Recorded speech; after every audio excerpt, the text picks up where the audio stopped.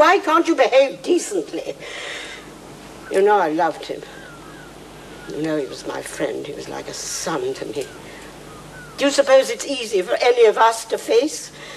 We who loved him have to stand there and hear the rector speak of death and victory when we don't even know whether he gave in and failed.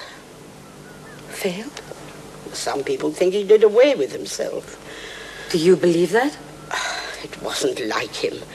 But all that business of the will and insurance and coming to see me...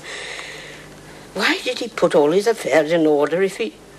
That's what I ask myself, day and night. Why? I can tell you why. He was very ill. Ill? Robert, nonsense. He never had a day's illness. Oh, yes, he had. He had a bad heart. Oh, what's that? He'd had 2 attacks already, and he was afraid a third might kill him. How do you know? Because the second was a bad one, and I was there when it happened. When? Why didn't you say something? When was this? Just before Christmas. Well, it was just before Christmas when he was putting his affairs in order. Why didn't he say anything to me? He wasn't the kind of man to parade physical weakness. And why have you kept all this to yourself? Because it could have been awkward for both of us. Awkward? Why? It's awkward now. But I'm sick of concealment and deception. I'm sick of guarding my reputation. I thought I wanted to go on teaching here. I don't. I don't want to teach anymore. I want to go away. I think I want to die. Miss Burton, what are you saying? It obviously never occurred to you. But I was in love with Khan. Oh, he wasn't with me, not at all. And I flatter myself that I didn't betray my feelings at first, but... Well, during the Christmas holidays, I went to see my old school mistress at Manchester. I took a room at the Crown Hotel. The Crown Hotel? I went to do some shopping. When I came back to the hotel before dinner, there he was. Oh. Oh, there was no arrangement between us. Neither of us knew that the other would be there. I asked him to have a drink with me. And then he could hardly avoid inviting me to dinner. He was lonely and troubled. He'd spent the day looking for a suitable mental home for his wife. After dinner, we danced. He drank a good deal. I didn't dissuade him because I thought if he were drunk, he might forget for a time that he didn't love me. I'm quite a good dancer. Then we had some more drinks. And then I asked him to come to my room. Oh. Do you want to go on? Yes, please. He came to my room. Under the circumstances, it was inevitable. But the dancing, followed by the exertion of running up several flights of stairs, was too much for him. He had an attack immediately. He was very ill. I thought he was going to die. There was nitrite of amyl in his room. I got it for him. In the morning, he was better. He went back to his own room, and I left the hotel and went to my sister in Manchester. I don't know what he did that day, but from that moment onwards, he must have known that his life might end at any moment. Oh.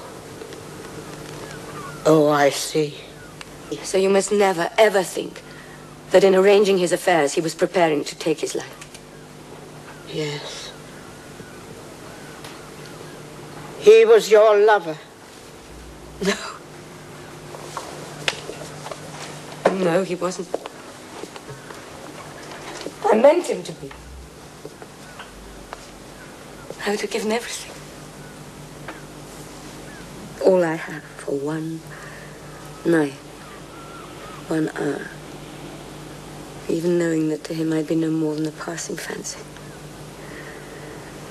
I should have gone away. I shouldn't have cared what happened to me.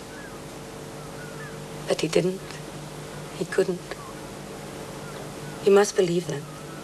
Yes, I do believe you. And you must believe this, that it was my doing. He'd never have dreamt of such a thing. Until that night, I didn't think he'd even thought of me as a woman. And even then, we never kissed. So you see, now you know what kind of woman I am and how unfit to keep a school here. You're a governor and an alderman and you must do what you think fit, but I shall of course hand in my resignation immediately. Why have you told me all this? Because you should know. Because you loved him.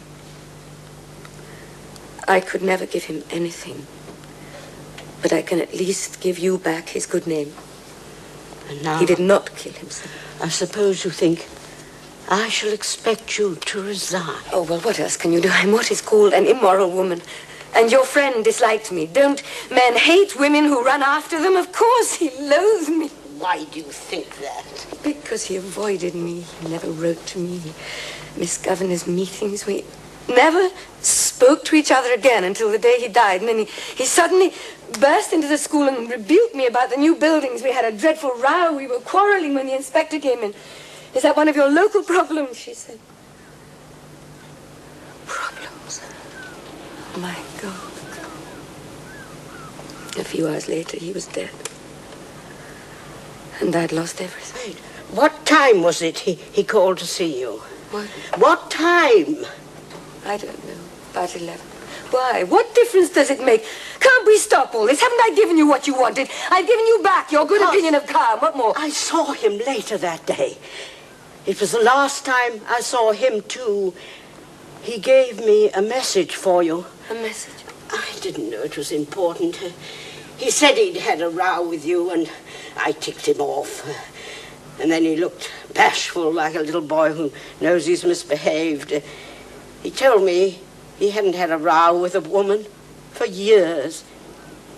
And then he said, give her my love and tell her I think she's a grand girl. He said that? Why didn't you tell me? Well, you were still with the inspector when I got to the school, and then it went out of my mind. I'm very, very sorry. You're speaking the truth. I mean, you're not making something up just to comfort me. My dear young woman, those were the last words I heard Robert speak. But I know he liked and admired you.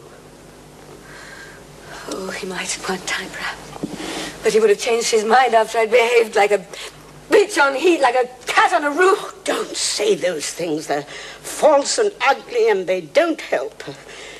He didn't despise you. He admired you. Then why did he never speak to me? Why did he leave me alone to believe that he hated me?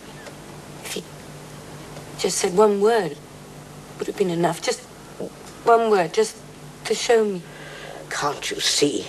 He wasn't the kind to talk except in temper, and he hadn't much imagination, you know.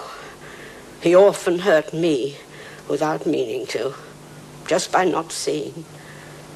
Only with Muriel could he force himself to imagine what she felt. And he tortured himself.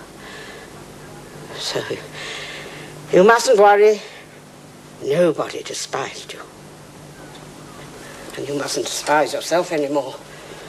And you mustn't think of resigning, because we need you here. I don't say that you've behaved well. You've been foolish, and reckless, and very, very wrong. But I'm not one to condemn you, because for years I've thought more of Robert than was good for me, or Jim. I don't say that I loved him as you did, but had I been more your age and felt I could have comforted him, well, I sometimes wonder.